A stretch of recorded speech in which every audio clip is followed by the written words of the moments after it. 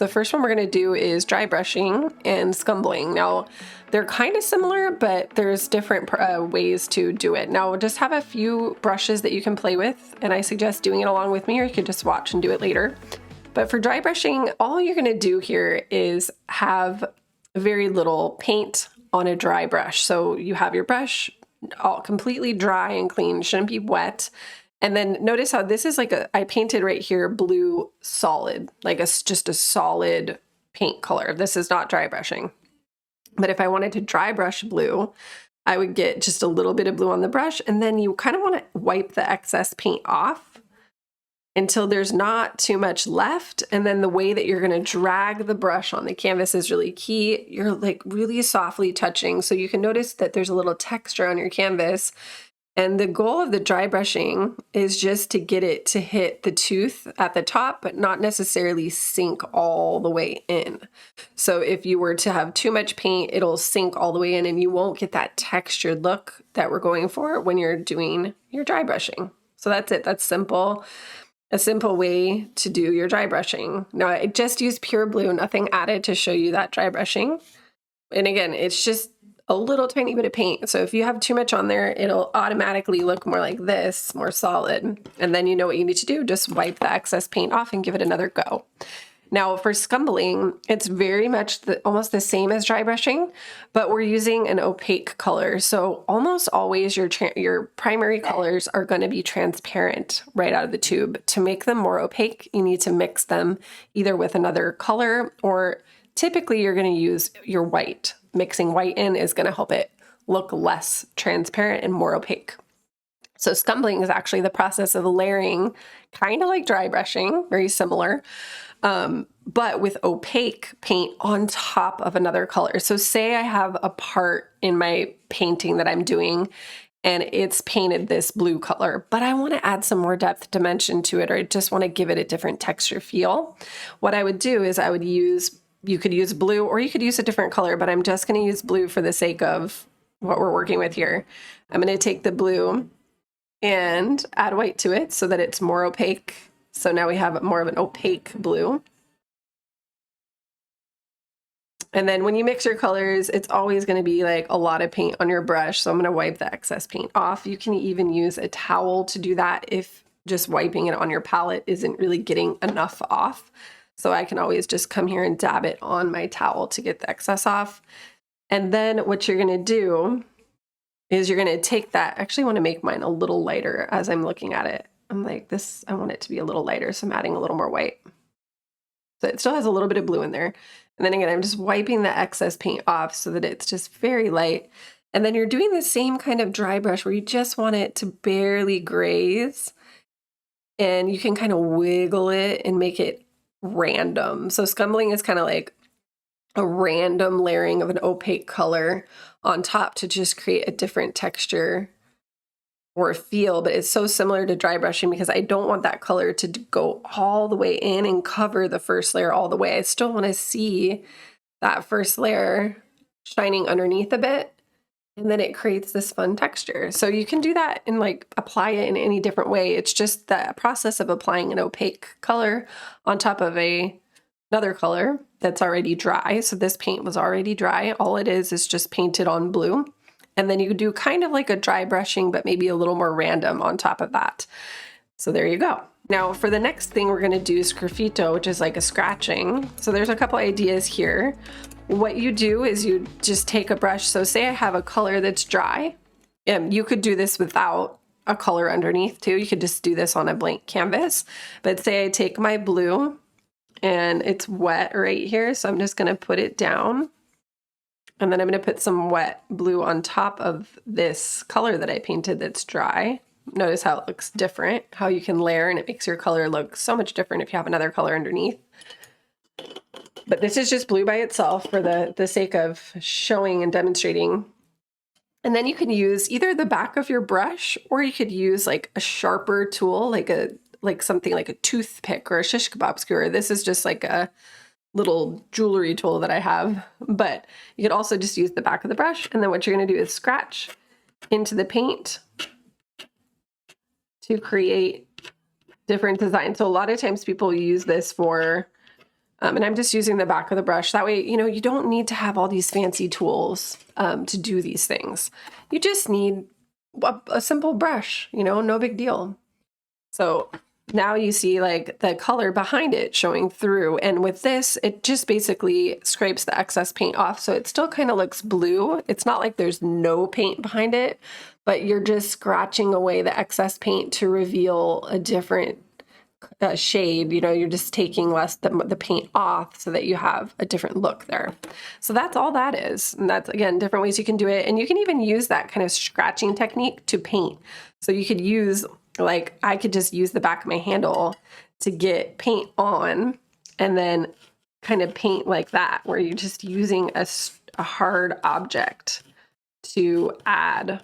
And then this would be also something you can do very similar, but kind of the reverse, where you're using a palette knife. And I'm just going to show this because it's all kind of scratchy type ideas, where I can get the blue on the brush or on the palette knife or anything. You can use a business card, a credit card, just anything that has an edge. Dip the paint in, and then you can also just scratch like that. A lot of times I like to do this for like water reflections. So see, I could just scratch it and it gives you this fun kind of texture. You could also use that to slide the whole kind of edge of the paint and scratch on some other texture. I like doing this for faux wood. So if I'm doing like a wood technique, I like using this kind of just dipping, scratching it on, and then just scratching it like this. So you're just creating this fun, it's so fun to do. So again, you can apply the paint and then scratch it off, or you can scratch the paint on, even though the second one, scratching the paint on, isn't necessarily Sgraffito, but it's just in the same ballpark of scratching the paint on. Instead of using a brush, you're kind of scraping and scratching to get different techniques. Now, the next thing we're going to do is stamping and stenciling. So we'll use some different colors down here. I'm going to use my red, but what you can do is you can just take, and again, you can do this with any colors, any combination of colors, but I do this a lot with white when I'm creating like suns, moons, bubbles, just anything that you can think of in nature that has a really precise circle shape. You can use a stamp. So it could be any shape though, like maybe you want to do a star, maybe you want to do whatever. If you have an object that's shaped like that, you can do this. Now what I'm going to do is just dip the edge of that object into the paint. So I like to tap it out a little bit so it's not, you know, you kind of don't have too much of a gob on it. But then you have a good coat of red on the rim, and then you just go in and press like a stamp. So now that gives you the foundation for a circle. And again, you can do that with any shape. You can do it with a larger object like a can. So I usually keep cans that I use to put my brushes in. You could do it to make a huge circle. You just have to paint the edge, paint the rim, and then stamp it while it's still wet. And then you're good to go. Now, the next thing you can do is more of a stenciling idea. And sometimes people will use tape, or you can pre-make or pre-cut a stencil. There's like machines that make stencils, but I'm just simply going to use some painter's tape to show and demonstrate the idea a little bit. Now, if you're doing this on paper, there's different preparations for paper that you might want to use to not rip your paper. But for this, I'm just going to use some tape on the canvas, which is super easy to add and remove. And I'm going to do a couple little tears of tape to create an effect. So see how I can make little lines. And then maybe we'll do like one more just for fun. And you can use different size tape. You can use just anything you have laying around. I always like to use stuff laying around. Now this is really helpful if you're trying to create a straight horizon line too, which I'm really bad at. So if you wanted to put a straight horizon line in, you could put some masking tape down, and that would be like a stenciling technique. Now once you have that in there, I'm just gonna grab a clean brush so I don't have to clean one, and I'm gonna make some pink just to have a different color. that we're playing with. So I'm just gonna mix some red and white. And then what you can do is you are gonna go in there and you can paint. So notice how I'm painting in here, and then maybe I'll add some yellow and keep going down a little bit. Notice I'm painting like all the way through on the paint. I'm gonna add more yellow.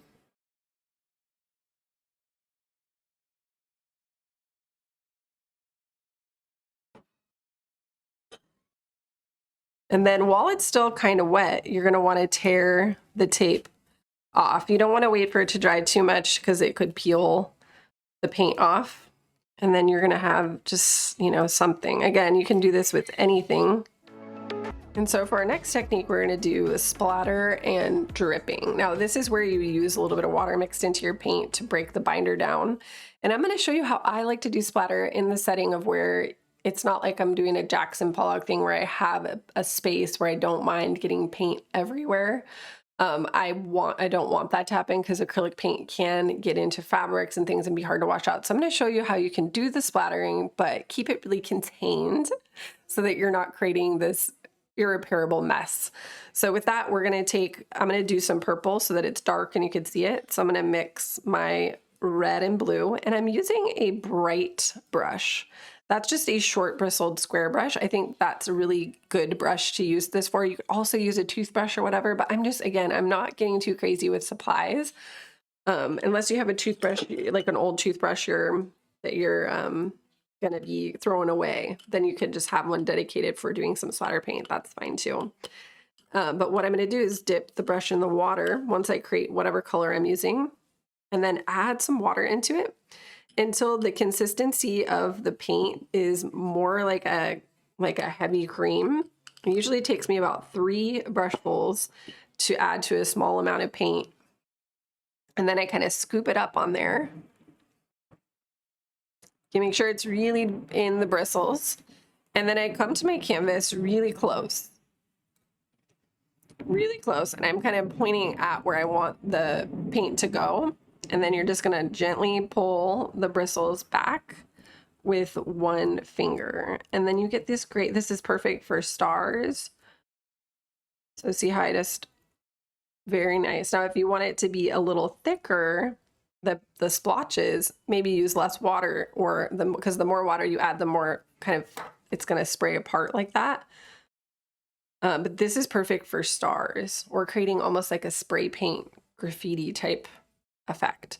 Now, if you wanted to do drips, I'm going to make the color a little bit lighter. I'm going to add more red to it and maybe a little bit of white just so that it's a little bit brighter, not too dark. And then add even more water. So you want a ton of water for your dripping effect. This is almost like a watercolor, or you can even use like fluid acrylic medium to make it like really fluid. But it should be dripping and soupy on your palette, and then you can just simply like squeeze the bristles until it drips out from the bristles to create more of a drip effect. And if it's too thick, add more water. I'm just squeezing, almost wringing it out like you would wring out a towel. So get that watery paint filled in there, then hover it where you want it, and then just squeeze and kind of move the brush around to get it dripping where you want it to go. And that's just if you want it like droplets like that, which is really cool and fun to play with. But if you want it to actually run and drip, you basically will do the droplets and then move the canvas so that it drips. So then you can have it dripping, and you just move it wherever you want the drips to go. And then you have your dripping technique. Now you can do that with any color.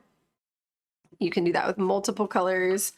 And it's super fun to just let the paint kind of do whatever it's going to do. You can even like wipe some of the excess paint off. You could use your fingers to guide where the drips or that watery paint is going to go. So see how I can just use my finger and kind of guide the drip.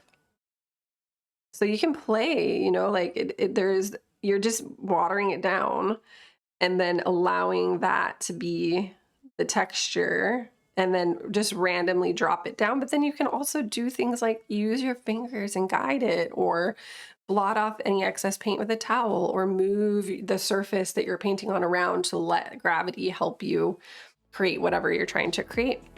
And that's it.